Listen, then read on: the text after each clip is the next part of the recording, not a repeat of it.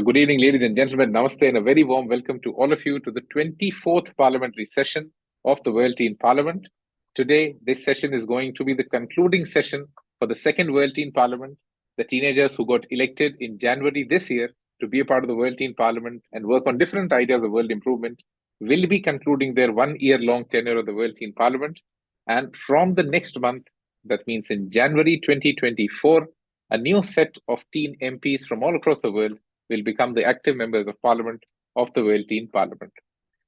Around 2 years back, when we started this journey, the idea was pretty simple, that every year, let's try to find out 100 teenagers from different parts of the world who have some ideas for world improvement and who are ready to commit their time, their intelligence, their sincerity towards those issues. So this journey has been amazing. And right now, the registrations for the third World Teen Parliament are still open. So if you wish to be a part of the third World Teen Parliament, participate right away so that you can gather as many votes as possible so that you get elected as a member of Parliament in the next World Teen Parliament. As always, every month we have one parliamentary session where we try to invite amazing people from across the world and ask them questions and give them an opportunity to interact with teenagers who are the elected members of Parliament. And today as well, we start with a similar parliamentary session. So we have three amazing guests who have taken out the time and given the time to the World Teen Parliament. The format for this session will be pretty simple. We'll be starting with an opening address of around 4 to 5 minutes by each of the speakers, and then we go into a question-answer round when all the teenagers can ask questions to the global leaders and they can respond to them. Then it's an informal session. If you have any questions for teens, you can ask them. If teenagers want to say something to you, they can. So it's basically a bridge for a lot of teenagers from different parts of the world to get connected to policy makers and understand from them that how our countries functioning and what are the roles of a teenager in a country's functioning. Thank you so much, everyone, for joining us. Let me invite the first guest today for the 24th Parliamentary session to give their opening address. A very warm welcome to Honorable Dr. Frank Habineza, the Member of Parliament and Vice President of the Social Affairs Committee and Party President of the Rwanda Parliament Chamber of Deputies, Democratic Green Party of Rwanda, Kigali, Rwanda. A very warm welcome, Dr. Frank Habineza. Sir, over to you for the opening address.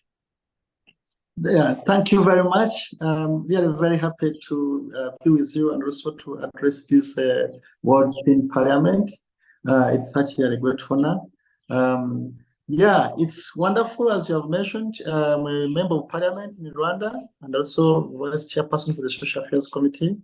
The Social Affairs Committee is in charge of public service, labor. It's also in charge of health matters, that is hospitals, pharmacies, and also social issues for some of the population. So it's such a big department that we have to oversight here. But also as a party leader, I'm a party leader for the Democratic Party of Rwanda, political party, which was formed like 14 years ago. And I'm also a presidential candidate in the upcoming elections next year. I participated also in the 2017 presidential elections. So I think I'm still young, and by the time I joined politics, I was much more younger because I started the political party when I was 29 years old. So this means I know that these are teens, they are more young than that, but the dreams of teenagers, everything that I'm doing now, I started dreaming it when I was in secondary school. When I was in secondary school, like in grade 2, I went to Red Cross Society, to the Scouts movement, to the environmental clubs, and was very active into that. So what I was doing then is what shaped me. By the time I reached university, I became more and more active, and then I started thinking that I needed to have a role to play to change the society. So the biggest role of the teenagers in the democracy is to have a dream, to dream big, dream what can you do? What can you do better than your parents? What can you do for your country? As other people have said, it's not right for you to think what will the country do for you, what can you do for the country? So as I mentioned, that when I was seeing problems of environmental protection, I set up an association with environmental protection. And through that, I planted some thousands of trees. And we got some funding even from the UNDP, that's the United Nations Environment Program, from the World Environmental Facility, even from the government. So it was through that I was able to exercise my rights as a role in democracy. But I was also a journalist. I was also used to write articles. So this is a good thing, like for teenagers, if you're interested, if you want to do something in democracy, to play a role, you can also be a writer. You can write some stories in teen magazines or children's voices in newspapers. And so when you do that, it sharpens your mind. But it's also very important. To be a good writer, you have to read newspapers. So I know that most of the young people are not interested in music. They're interested more in music than reading newspapers. So it's very important to read newspapers, to listen to the radio, listen to the TV, not just comedies, but listen to the news. See what is happening in the country. See what can I do? If you see something's happening, the water is not good. What can you do to make that water good? The electricity is a problem. What can you do to that? If we have teen pregnancies, I know like here in Rwanda, we have a big problem of teen pregnancies. A lot of young people, teenagers, they get pregnant, and when they have babies, they cannot take care of them, and it becomes a problem for the young people and also for their families. And these young people, the young girls who get pregnant, they cannot go back to school. Most times they end up, their life is being destroyed. So it's very important when you're young, if you think you're going to be a great person, also think if you can abstain from sex. Is very important to abstain. If not possible, try to protect yourself, because it's not just about pregnancies, but also there are also diseases. We know there are sexually transmitted diseases. We have HIV, AIDS. I think you know about it, but there are also other diseases that can spoil your future. So it's very important to think about that. And also it's very important, if you want to play a role, to avoid getting immersed into drugs. You know, I can say young people even here, they like to take drugs like marijuana and other different drugs. They're smoking. It's not good for young people, for teenagers to get involved into drug abuse. It can spoil your life. You know, we have had some scientific study that a small sip of marijuana just once, that smoke stays into your body for 7 years. So can you imagine? So if you can smoke the marijuana for 1 week, that means you get 7 times 7 days, that's 49 years. That means for the rest of your life, you have the drugs of marijuana inside your body, which will harm your life. So please try to avoid that, because drugs can spoil you. But also there is alcoholism. Yeah, alcoholism, you find that some young people, I know here the law says that you should not drink when you are below 18, but some people, they do drink alcohol. It's not good, because alcohol can spoil your future. You end up fighting, beating others, and because you have taken, or you drive in a car when you are under influence of alcohol, then you get into police custody, and that is bad. You can spoil your life. So these are things that you need to do to make you become a good voter, to prepare to be a voter. And when you start thinking of how can you make things better, you look at your area MP, what is right and what is not right, how can you contribute to that? So that helps you to become a good voter, because you can make your MPs accountable. They have to be accountable to you, because you must show them the problems you have at school, problems you have at home, and ask them how they can address those issues. Yeah, so that's quite very important. Also, for me, I've done quite a lot of work, as I've mentioned. I've planted trees in schools, I've started environmental clubs, I have started a political party, I'm a member of parliament, I'm campaigning for people to have a better life, better healthcare. Out of recent, I also, when I was in campaign, I promised people that if they elect me, I will introduce a school feeding program to make sure that kids can eat food at school, because that was not the case. Kids used to come from home and stay whole day hungry. And once you did not win the presidential elections, but the government accepted my program, now all children in Rwanda at school can have a hot meal. So this is something like that I've done. I think you can do better than me. So we're expecting you, young people, to do more than us, and to be world leaders, and to be able to influence the world. I've been to the COP. I don't know if you know COP. COP is the Conference of Parties for the whole world. All governments come together to discuss issues like climate change. So last year I was in Sharm el-Sheikh in Egypt, where I was with world leaders negotiating about the future of our world. So I think you can do better than us here. You can be there on those high tables. I've been to a lot of high tables, but you can be on even the UN General Assembly, you can go there. And I think there are opportunities that can make you there. So with those few remarks, I would like to thank you and to encourage you to be better than us. Thank you very much. Thank you so much, Dr. Frank, for that opening address to the 24th Parliamentary session. I think a lot of teenagers will have amazing takeaways from that. You talked about drug abuse, you talked about how they have to take care of themselves physically and mentally, and also take care of their own health, and not enter into areas that are very lucrative, but for any teenager, but understand what underlies or what's the future that's there for you, and hoping that there'll be better leaders than the current leaders that we have, and you're hoping them to be better than us, than every individual who is there, because they're the future, they're the promise that we all rely on. Thank you so much, sir. Let me invite the next speaker for today. A very warm welcome to Mr. Jan Krainer, the Member of Parliament from Austrian National Assembly, Vienna, Austria. Mr. Kai, over to you, and a very warm welcome for your opening address. Yes, thank you for the invitation. My name is Jan Krainer. I've been working in this building for the last 21 years. Tomorrow is going to be the anniversary. I live in Vienna.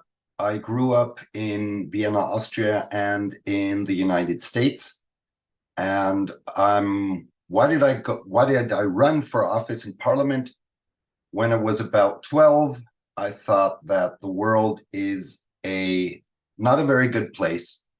And I want to do something about it. And I entered a political youth organization and got active. And I've been active since then. I was on a regional parliament level, on a district level in the city of Vienna for 8 years before I was elected into the national parliament. I was 34 when I was first elected, and I've been elected 5 more times since then. What did I do in Parliament? Parliaments work like our society. There are people that are good at different parts of topics, if it's environment or education, etc. I work in financial affairs. That means how the way banks, insurance companies, stock markets function on the one side. On the other side, I'm also, we call it spokesperson for financial and for budget affairs. Budget affairs is the way that we spend our money together, and how much money runs into school, how much money runs into universities, into building streets or railroads, or how we adapt our country to climate change and try to not use fossil fuels, and how we manage this and how we finance these things. Yes, and I'm also deputy party group spokesperson within my party. I'm from a Social Democratic Party, which is now the second biggest, which is not good for our country because we're usually the biggest, and it's always better for our country when we're in number 1. But we have an election next year, and we'll see that we get the confidence from the voters. Yes. What else can I tell you? I'm very interested in what you're doing and what you're thinking about. I remember when I was in Parliament, after a few weeks, the first motion I did, when I went to school, we had this law when you're allowed to vote, and you had to be 19 at the time. Now 16 is enough, but you had to be 19 120 days before the election. And the guy I was sitting next to was 19 at election day, but not 120 days before. So he was going like, why am I not allowed to vote? And that's the first motion I did when in Parliament, is that the voting, the day that you have to receive the voting age is the day of the election. So a lot of things the first thing I did, and a lot of things that I have done were things that I was already thinking about, or other people were thinking about when I went to school. And that is the major thing, that when you're in politics, you're not working for yourself, you're working for society. You're working for everybody else, not for yourself. It's a privilege to be in parliament. You're lucky to get elected, and it's an honor, but you don't work for yourself. You work for society. That was my introduction, and I'm eager to hear your questions. Thank you so much, sir. The journey of a parliamentarian is very important for these teenagers, and to understand that how a parliamentarian is just a composition of its constituents. What you said, that you're not working for yourself, you're basically working for the people who have given you the power and who have elected you to become a parliamentarian. Thank you so much, sir, for your opening address. Let me invite the first speaker for today for the 24th Parliamentary Session. A very warm welcome to Honorable Ryan Straughn, the Minister in the Ministry of Finance and Economic Affairs from Bridgetown, Barbados. So thank you so much for joining us. Over to you for your opening address for the 24th Parliamentary Session of the 13th Parliament. Very good morning to all of you. Warm welcome from Barbados, and I really appreciate the opportunity to share perspective from a small island developing state, which is absolutely important that we engage young people globally, obviously to ensure that they are close ties to be able to respond to the global challenges. I have been a member of parliament. Actually, you can see my background is a screenshot of my parliament here in Barbados. It is the third oldest parliament in the Westminster system. As you know, we were a colony of the British, and therefore it's steeped in that type of Westminster system. So I was elected to parliament 5 years, 7 months ago. So unlike Jan, I am not a career politician, so to speak. I'm an economist by profession, and I got involved in politics because I come from, and my family really comes from an area in Barbados which may be considered to be lower income. And I had the wonderful opportunity to be able to access education right to tertiary level, which has been a key policy intervention that governments have made over the years to help build capacity. Remember, as I said to you, we're a small island state, so we have to build capacity. And the previous administration, the economy was tanking, and they made some decisions that I did not like. But more importantly, the decision to impose tuition fees at the University of the West Indies meant that persons who could not afford to pay had to drop out. And therefore, we see the impact of that all now 10 years on. So I made a decision to get involved because I felt it was important that there were more people like me who still needed to ensure they have access to quality education in order to lift their families out of poverty. And so that was my motivation for getting into politics. I'm happy to see so many young faces here on this call. And as Jan has rightly said, you are working on behalf of the people who elected you and the country, and the extent to which one has to balance, certainly in my circumstance. I have a constituency that I represent, Christchurch Central. So I have to balance the needs of my constituency against, obviously, the needs of the country in my ministerial post. But then there's an internal political dynamic of political parties, as Jan says, that you have to navigate. Because you need a group of people to be working together, clearly focus on implementing policies that will benefit the majority of persons. And obviously from time to time, you have to ensure that you are not marginalizing anybody in terms of policy decision making. So it's important that whilst you're governing for the majority, that you always pay attention to what is happening on the fringes. And I think that is particularly important for us here in Barbados, because it doesn't take much by way of numbers to potentially destabilize a small economy. And of course, where you are, obviously, is larger and therefore not any less serious. But for us, it's important to ensure that we maintain stability. So being an economist by profession, coming into politics, we've been able to turn the economy around, and I'm sure most of you, if not all of you, have heard of our Prime Minister, Mia Motley, who has been a very strong advocate globally for a robust response to climate change and how we reform the international financial architecture, because we have all inherited systems that were not designed necessarily with us in mind. And I think we all have to be honest about that, and therefore create policies now in the 21st century that includes as many people, wherever you are, as possible, as a critical part of how you develop communities, and then obviously building out your country.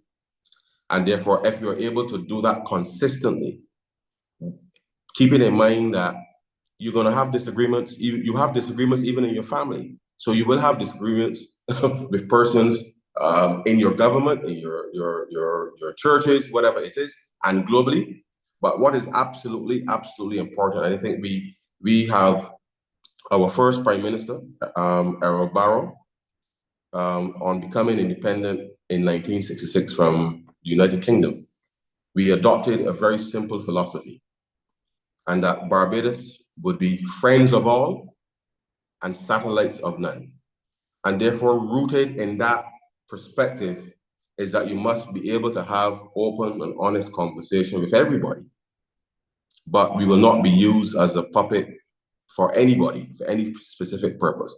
But we would work or create a coalition of the willing to ensure that we are putting an agenda on the table that not just benefits Barbadians, but we believe that will benefit all citizens globally. And we have to always find a way to ensure that there's room for dialogue, constructive dialogue, and certainly in an age of aggressive social media and misinformation and disinformation, it is, I will say to you as young people, your challenge moving forward will be to distill fact from fiction and to have clarity of thought to be able to do that consistently, because we are being bombarded with things that are not real, and therefore we must ensure that we remain focused and keep our citizens focused, because social media campaigns can evolve very quickly, which means that your messaging that you want to put out to people genuinely as government, and that's something now that we all have to contend with, because globally, there is less trust in authority. I wouldn't say government, but less trust in authority and more trust in things that are not seen as authority. But if you're going to have a cohesive society, there must be order. And therefore, the organs of government, the organs of your civic society, the organs of the professions, particularly in your countries, must all be working together to ensure that the citizens get access to credible information, the right information, and in the format that allows them to be able to make rational decisions, such that we can ensure that the whole, if you like, that the society can move forward and literally deliver progress for ordinary people. So the challenges are there, but I think we have what it takes globally to overcome them, but we must be focused on working together and not seeking to push people apart. And that's why I said, once you're governing for the majority, you must always ensure that you're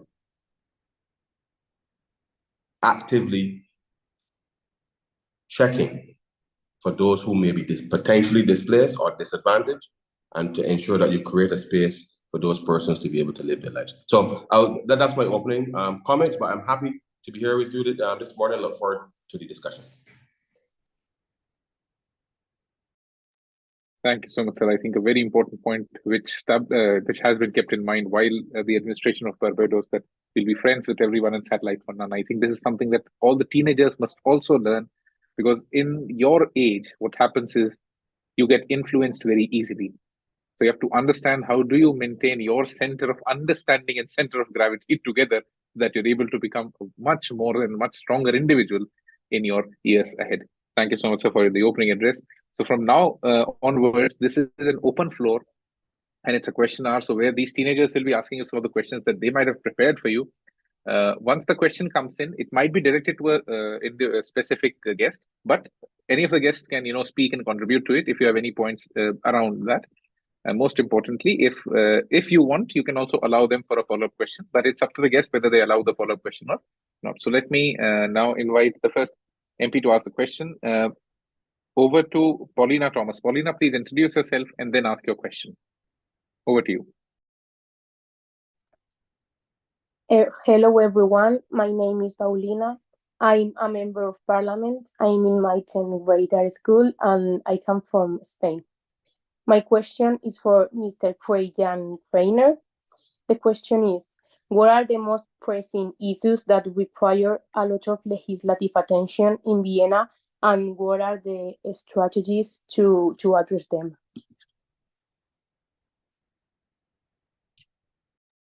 I personally think that there are three major questions, not only in Austria, but for the entire world. The first being climate change.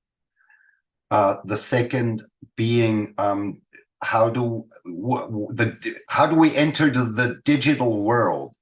Digitalization has a great impact on all our lives, all parts of lives, the way we communicate, the way we consume news, the way education works. We're communicating now in a way that was unthinkable 20 or 30 years ago. But that changes a lot of us, and that changes every part of the world. And it has a lot to do with data protection, personal protection. Those are all things that the climate change and the digital world change our world that dramatically, that it comes into every political field. And the third is the growing unequalness in globally and nationally. The most obvious of rich and poor, and how do we find a just world and an equal world?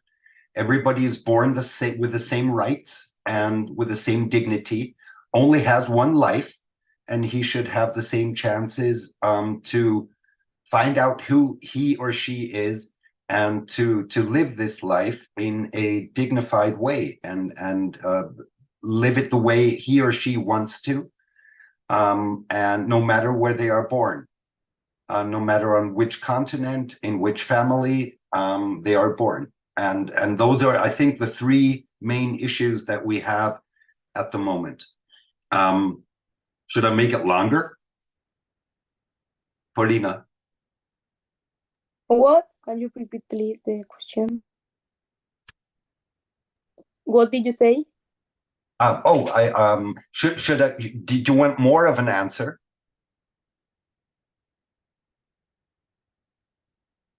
I could go into specifics. That's all. It's my question. Okay, yeah. I just didn't want to make it too long. Yes. Oh, okay. Thank you very much. It's fine. Thank you for everything. So at this point, I would request the other guests as well to apprise the audience that what are the major legislative issues that you might be facing in your countries. What are those three specific things that you think are most critical at the moment in your countries?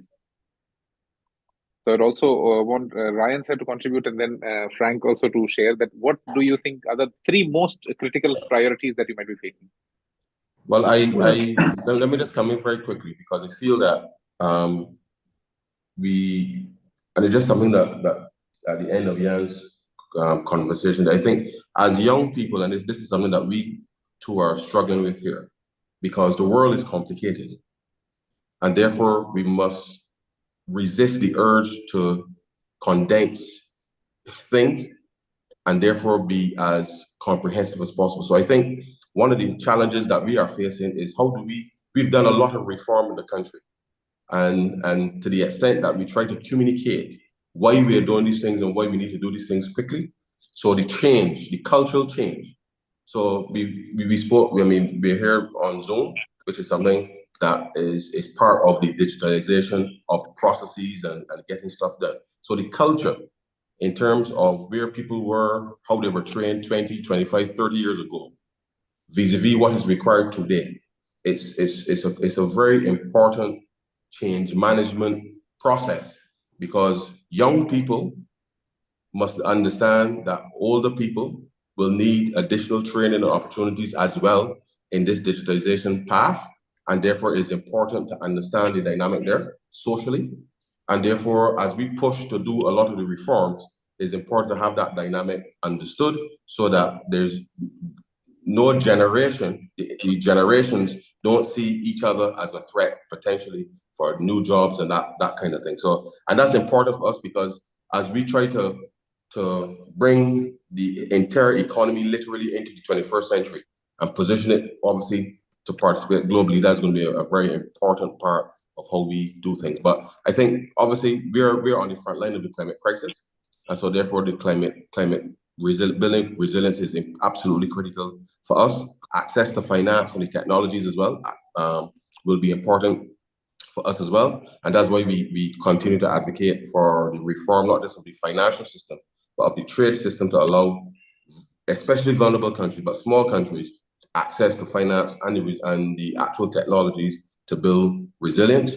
And I think, notwithstanding the fact that we've just had a relatively successful COP, what is required now is, as I said, for those resources that have been identified to actually reach the people, the people, not countries, the people who are most affected by the ravages of climate change. And therefore, I think that is what I think your generation will have to be very, very, very focused on. Because if you're not able to touch people where they are, then it means that the policy is not successful. And therefore, you need to be actively looking at ensuring that your capability of delivering those public goods and public services are delivered in a timely fashion such that people's lives can be improved as quickly as possible. Yeah. Okay, maybe I may continue as well. I think the highest problem we have here for the young people is the issue of unemployment. So the unemployment rate is high for the youth, over 23%. So you find that a lot of young people do not have what to do. They have a lot of energy, they would like to do something, but they can't do anything. And we don't have small jobs available for all the young people. And this now pushes them to the second problem which you have, which is drug abuse and alcoholism, because they are lacking something to do, and then they have too much time to spend, and they spend it doing the wrong things, which is immersing themselves to alcohol and just consuming drugs, which now spoils their lives. The second problem, which has become like a scourge here, the issue that I mentioned of the teen pregnancies, unwanted pregnancies. So you'll find that a lot of young people engage themselves into unprotected sex, and they end up having young babies when they are also still young, and this is affecting their lives and also the lives of their parents and their families. So you find that you find a lot of young girls carrying babies, and most of the times they cannot even say who pregnant them, or they are even protective of those boys because the laws are so tough that if someone is charged with child defilement, the minimum is 20 years in prison, maximum is 25 years. So you find that sometimes they protect those people, protected them, but still all those young boys still also run away from their homes. They go even to different countries or so far away. So you find that the lives of the boy and the girls, they're all into jeopardy. So these are the serious issues we have that are affecting the young people, but also end up affecting the society in general, because if you have over 20,000 babies and unwanted pregnancies every year, is such a scourge. So the government, the parliament have all stood up to do something, but still is going on. And with COVID-19, the lockdowns, it made it worse, because we found out that the people were solitary at homes, and then they had some, that problem became high. So yes, climate change is still an issue, because I mean, we live into the real life of climate change with floods taking our farms. In May, we had over 100 people killed by floods in Rwanda, the Western province and Northern province. and over 5,000 houses destroyed, and a lot of farmland destroyed and crops destroyed. So that pushes us also to the problem of food shortage, because all the food which was still in the ground was destroyed. So we live into the real life of climate change, and we hope that this new approved fund of loss and damage will really be effective and be able to help us. So basically, that's a few of the things that we are facing. Thank you. Thank you so much, sir. So this question basically gives all the teenagers a perspective into how problems change with countries and how do representatives handle those challenges in their own ecosystems. Because everywhere the communication changes, strategy changes, and the way the environment responds, that changes, and that typically defines how politics runs across countries. So let me know the next question. It comes from influencer Khushbu Kumari.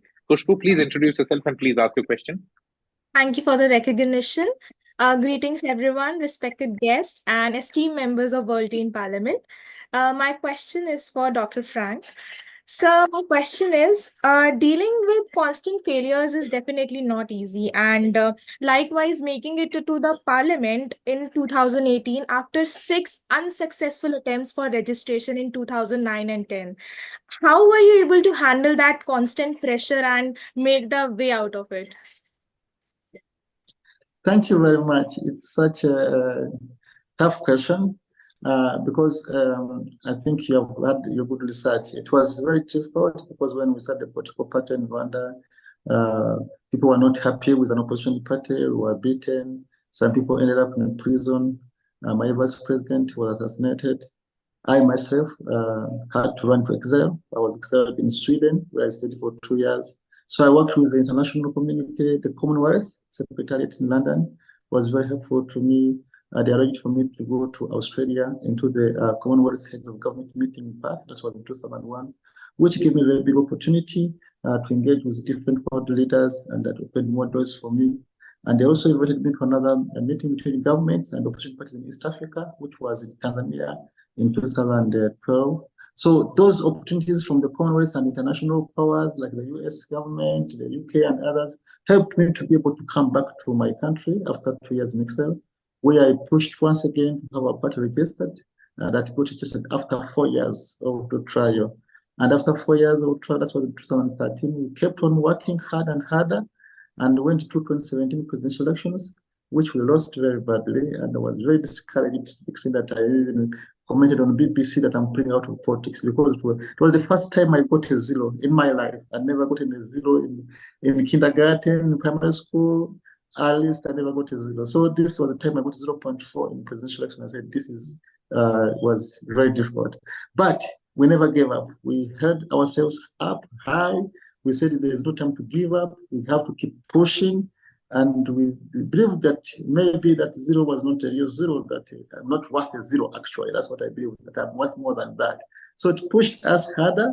And 2018, we campaigned again for parliament and were able to enter to parliament in 2018. So this is a story of encouragement that don't give up in life.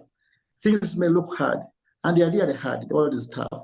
But if you give up, you get crushed. So you have to stand. When you fall down, stand up, never give up. But if you stand up, keep strong, keep your head high, you'll make it. That's my message. Definitely, sir. Our mindset can make us or break us. So positive attitude it is. Thank you so much for your answer. Thank you. Thank you very much. Yeah. The next question comes from influencer Muaz Azad. Muaz, please introduce yourself and ask a question. Hello, sir. Am I audible to you? Good evening, everyone. Very warm welcome to the guests present here among us.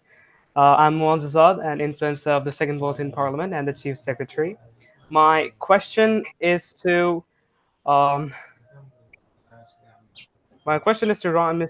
Honorable Ryan Straughn. Sir, Barbados' economy grew at 11.3% in 2022 as the number of tourists reached pre-pandemic levels, allowing the recovery of hotel and retail activities, transportation, and real estate. The resurgence of the economy is expected to alleviate poverty and improve households' living conditions. What steps did the government of Barbados took for this improvement, and what is your opinion in the economic growth of the country? Thank you so much.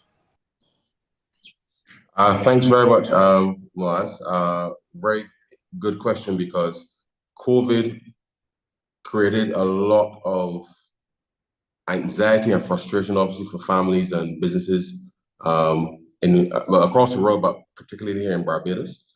And just by way of a little bit of background, the government had to undertake significant intervention during COVID. And even in the post-COVID era, officially, we've had to still continue some support, because as you would appreciate, poverty and hardship doesn't end because COVID ends. And therefore, we've had to continue some support within that space, even though the tourists have returned. And as we are projecting to have growth this year of 4.5%, we're looking forward to a similar 4.5% to 5% growth next year.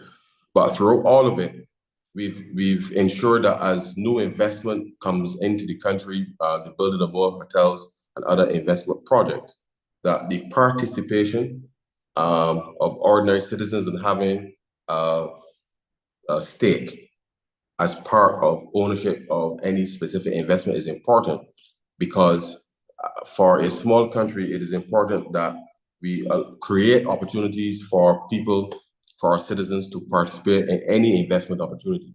So collectively, we've used vehicles like our credit unions to channel some investment opportunities into some of these areas, because once the return of those investments come back, then they flow right back to the members of the credit union, which is the majority of our citizens. We have created opportunities for training specifically of young people in cybersecurity and artificial intelligence, to also provide digital jobs globally for companies globally in those areas. And that's something that we've accelerated post the pandemic era, because as you would appreciate, whilst the traditional tourism has come back, it was important that as we wind down the interventions that we made during COVID to bring the budgets back into line with what the program it required, we then had to ensure that we were continue to invest in training and retooling, if you like, of not just of people, but we focus on young people particularly, because obviously that is where you will get the biggest uptake, in order to ensure then that you can have access to a decent job and be able to participate in the global economy in a way that is significant. So we continue to work both at the macro level as well as at the micro level to ensure that we engineer the growth, meaning we know sector by sector by sector who is doing what your plans are, and how government can craft policy to support that growth. But at the same time, having gone through the experience of the pandemic, we've had the upside of the pandemic is that we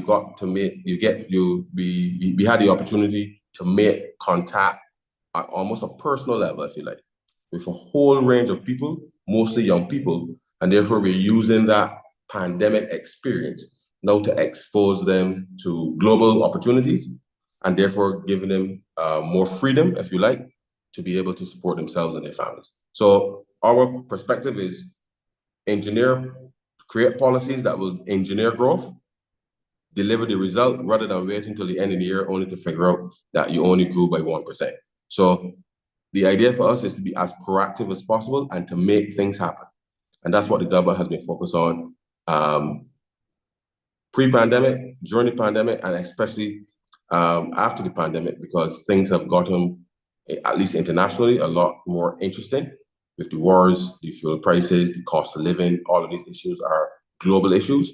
And therefore, we've had to do a much more aggressive intervention to ensure that at the individual or household level, that the opportunities come to those people directly, such that we can build up the economy on a much more resilient, but to make sure that the growth is actually inclusive. Thanks very much. Thank you so much, sir. Sir, if you don't mind, can I ask you a follow-up question? Sure. Sir, I'm a resider of Bangladesh, And as well as we also faced a lot of challenges in the COVID epidemic. And as you know, the economy of our country, Bangladesh, is a booming economy. So my question to you, as you are an economist by occupation, that what we, the teenagers, can do to help the economy of our country as well, to strengthen our economy. Oh, well, I would say the one sure thing that you can do is participate, show up. And I don't mean that lightly. So whether you're starting a business, whether you're getting involved in politics, whether you're doing civil society work, no matter what you do, you must show up and make a difference. And the reality is that in a global environment today, the one thing that we must not feel is that sense of despondency where we want to give up. It's a big world, and there's room for everybody to participate actively and responsibly if they so desire. And I think that sometimes our personal circumstances, things are around us, that shapes our view. And the one thing that I would say to you is whatever you can work together with people to create opportunities, then I say go for it, because without any risk taken, then there'll be no reward. So start a business, start a youth group, start a community organizations. It really doesn't matter what it is, so long as it is done with the right people and the right purpose in mind. Then that then allows for opportunity for self-development, others to have opportunities to lead. And I think once you're doing that, and I say to my constituents, as I've said to a few people, I don't know how old you are. How old are you? Sir, I'm 15. 15, right. So in 15 years' time, you should be having this conversation with another 15-year-old to encourage them. And I'm not saying wait till then, but I'm saying there will be moments in your life when you will see things come back. But you only will see those things come back when you plant the seed in order to ensure that it comes back. So there's a mentorship, if you like, that is required of us at all levels. And I say to our young people here that unless you are prepared to put in the time, you will not see the success that you want to see. So be patient, be patient, be patient, but accept that not everybody's going to run the race at the same pace, and therefore you must be conscious of your environment, but keep pushing, keep pushing, keep pushing. And I think with that, and with a team of people of like mind, then you will achieve, I think, resounding results. And I can see from the faces on the screen that these are people that are interested in wanting to do something. And once that interest is there, you can provide the leadership to do it in whatever space you want to do it. Thank you so much, sir, for your guidance. Hopefully, we, all the teenagers, will be the bright future of the country. Please pray for us. Thank you so much, everyone. Well done. Thanks. The next question comes from Lovepreet Singh. Lovepreet, over to you. Please introduce yourself and ask your question. Thank you so much, sir. Hello, everyone. My name is Lovepreet Singh. I am the member of World Teen Parliament, studying in 12th standard in the Oxford School of Education, Punjab, India. My question is for Jan Krainer, sir. Mr. Krainer, recognizing your role as a member of Parliament, what steps do you believe can be taken to actively engage and empower today's teenager in civic participation and decision-making processes, fostering a sense of responsibility and awareness about their roles in shaping the future of a country? I wouldn't want to load all the responsibility onto 15-year-olds or to teenagers. The responsibility lies on everybody in our society to participate. When you're in your teenager years, you start looking out of yourself and looking out of your family maybe and into the world. But I wouldn't want to put all the pressure on you that it's on you to change the world. I think the most important thing for young people is that they find their own role in life, and it's totally okay with whichever roles somebody wants to play.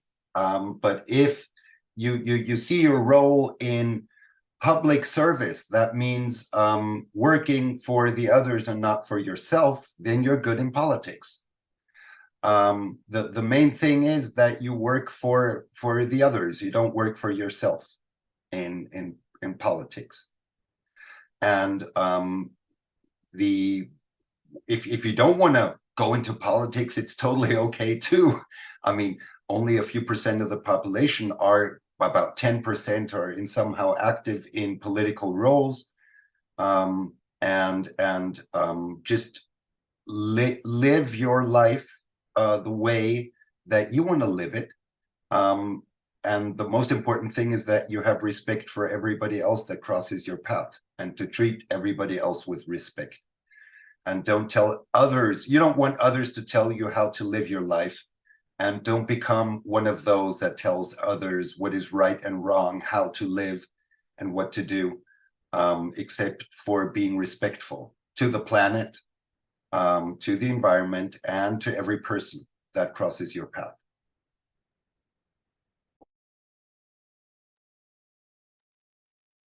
Thank you so much, sir.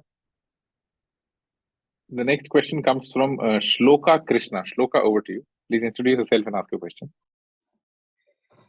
Yes, can you hear me, sir? Okay, hello everyone. My name is Shloka and I am in grade 10 in the Foundation School, Bangalore, India. My question goes to Mr. Krainer. So you can say that the Ukraine-Russia conflict is entering a new phase. For example, resistance to aid Ukraine in the US by the Republican faction. The EU is opening membership dialogue, but Hungary has blocked aid completely. So what are your thoughts on these new developments and its larger implications? Well, the first thing is that war is not good at all, and it's the people that pay the highest price are the people living in the Ukraine. Especially women pay usually a higher price than men. Everybody, when they think about war, they think about soldiers paying prices. If you look at it into it deeply, it's mostly women that pay the highest price, and children. And at the end of the day, I think it is fairly clear that Russia invaded Ukraine unprovoked, and there will be only peace if Russia moves its troops back to Russia. And the support of the other parts of the world helping Ukraine to defend itself against this Russian aggression is very, very, very important. You've spoken a very important part of how the European Union works, or sometimes doesn't work that good.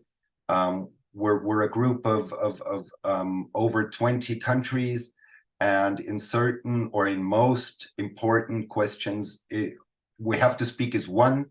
And if one country can block everything, and that's something that we have to change within the European Union, how we work as a bloc or as a group of countries. But it is also important, you know, we have a lot of different languages, a lot of different culture, and we want every part of Europe to remain to have its own identity. Therefore, we have these rules of only if all countries say yes, then it is yes.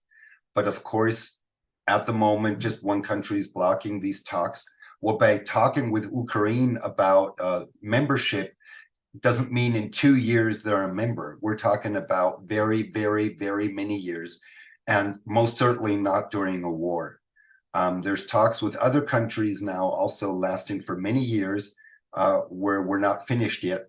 But the idea of the European Union is not that it's a club of the rich, but it's an open club to everybody that wants to become a member, but has to uphold certain principles. like human rights being probably the most important, the Declaration of Human Rights from 1948, probably being the most important standard within the European Union. But the thing is, we have to, not only this war, there are a lot of wars going on in this country. If we're talking about the conflict Israel-Palestine, if we're talking about other conflicts on the Arabic world, or all other parts of the world, the military, it's the way that you you shouldn't use force to solve a conflict. In a personal manner, and also in a manner between nations. War is not something totally different from two people hitting one another, just on a larger scale, and you won't solve a conflict this way. Thank you so much, sir, for answering my question. And I think that at the end of the day, it's really safe to say that war is not good. And we hope that both of these countries are able to get back on peaceful terms. Yes, thank you for saying that.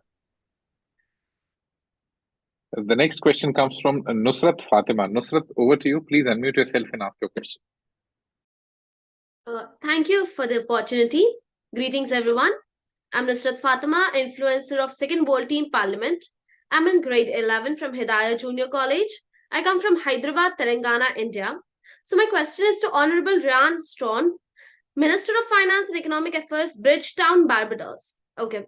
So, sir, Barbados is drowning in debt of 7.33 billion US dollars, but it is a high-income country with largest economy in Eastern Caribbean. So why the country is still in debt, and what are the plans to repay it? Thanks very much, Fatima. So the investment that we've put in place over the last 50 years was really to build the country. And the reality is that upon gaining independence, there really was, at that point in the 60s in Barbados or across the Caribbean, there was very little by way of investment in whether it's education, healthcare, or systems, generally speaking.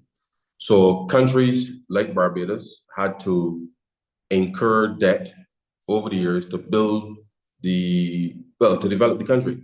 Yeah. So we've had, so we would run deficits, which will accumulate over time, right? And during the last, after the 2008 crisis, the economy did not grow for about 10 years. But of course, you still have to maintain the systems and all of that. So we did a comprehensive debt restructuring in 2018 when we came to office. So we restructured both the domestic debt as well as the external commercial debt. And we were able to do the domestic within 4 months, the commercial, the external within 18 months, which was luckily just before COVID. So we have been running primary surpluses over the last few years, with the exception of the 2 COVID years. 3.5% in the first year, 6% primary surplus in the second year to pay down debt. And this year, as we close out this financial year at the end of March, we are on track to have a 3.5% primary surplus in order to ensure that we continue the trajectory with respect to paying down debt. So we have a debt to GDP target of 60% by 2035. And therefore, our focus is growth. And so as I spoke earlier, our focus now is how do we build resilience in the economy? So we're focusing a lot on renewable energy so that we can mitigate against shocks in relation to fossil fuel prices and that kind of thing, which has an immediate impact on the domestic economy because we have to import those fuels. So we're doing a number of things, both on the fiscal side, but also in the economy to make it much more resilient such that we're able to enhance the profile of the country. Now, I would just correct one thing that you said. Barbados is not a high income country. Okay. now we have, and I'm saying that from the perspective that yes, we do have a relatively high GDP per capita number. The reality is that a lot of that is driven by foreign direct investment.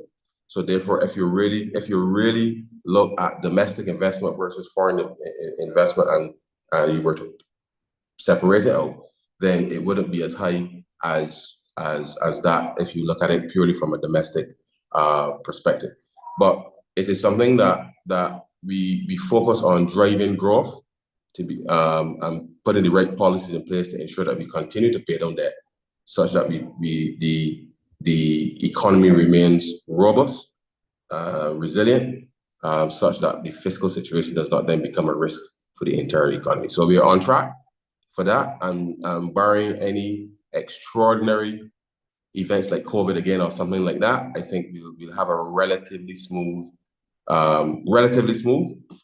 just got a 2-notch upgrade in our credit rating a few days ago by one of the credit rating agencies. So that is a signal that things are heading in the right direction. Let me put it that way. Okay? Thank you, sir. Okay, thank you. So there is actually a very long list of questions that we have, but the time is nearly over. So the time that we had asked from all the guests was typically 1 hour. It's nearly come to an end. But before it comes to an end, one of the groups, every year at the World Teen Parliament, there are different groups of teenagers that work on different issues. So one of the group that is working on a very specific issue wants to ask for help from the guests today. So let me give a minute to them. Mukit, over to you. Please be very quick in whatever you want to speak at this forum. And then we'll go towards the last leg of the discussion. So Mukit, over to you. Greetings, sir, and all the people who are present on the call. Sir, I actually need your help in accomplishing a task given to us at the World Teen Parliament, or the task we are working at the World Teen Parliament. As a part of our work at the World Teen Parliament, me and my group are working on a task that is to conduct a survey to know the aims and demands of the teenagers all across the world. So for this purpose, a Google form is prepared, and that is kind of a survey that has to be filled by the teenagers. And all we want, sir, is that survey is to be filled by at least 1 million teenagers so that we can actually analyze and get to know what they actually want. So I would like to request all the 3 honorable and esteemed guests that can you tweet about our survey so that from the respective countries, the children or the teens can actually fill the survey. So your tweet will help us reach a wider audience, sir. Please, if you can help us, kindly help us, sir. I'll do one better. Once you send me the information, I'll share it with the Minister of Education and get it cascaded through our school system.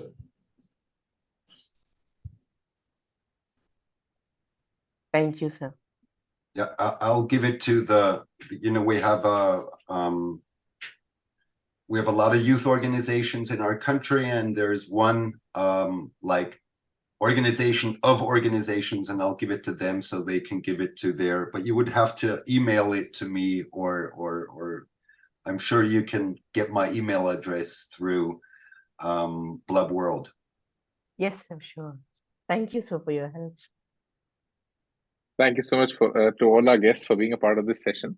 The last request that they've made is actually something that the work that these groups do, we try to connect them with policymakers so that if there's something that they can guide them with, that they can, share some mentorship with, it'll be great for them. But it's something that's absolutely optional and is a choice of the guest who has comes in. You can see what they want to talk about. You can evaluate it. If you feel it is fit enough, then you can take it forward. So before this session comes to an end, right now, the registrations for the 3rd World Teen Parliament are open. So if you know any teenager around you, the people who are listening to us on YouTube and all the other mediums, and even the guests today, if you know any teenager around you who can do some impactful work for improving the World Teen Parliament is for them, because through this 1 year that they're engaged with us, we train them, we mentor them, and we even fund them so that they can work on their ideas of world improvement. Most importantly, this complete initiative is a non-profit initiative, and no teenager has to pay anything to be a part of this. Thank you so much to all our guests for being a part of this session. I hope it was a meaningful engagement for all of you, and I hope we'll be getting your patronage and your support in the future sessions and the future World Teen Parliaments. This was the 24th Parliamentary session.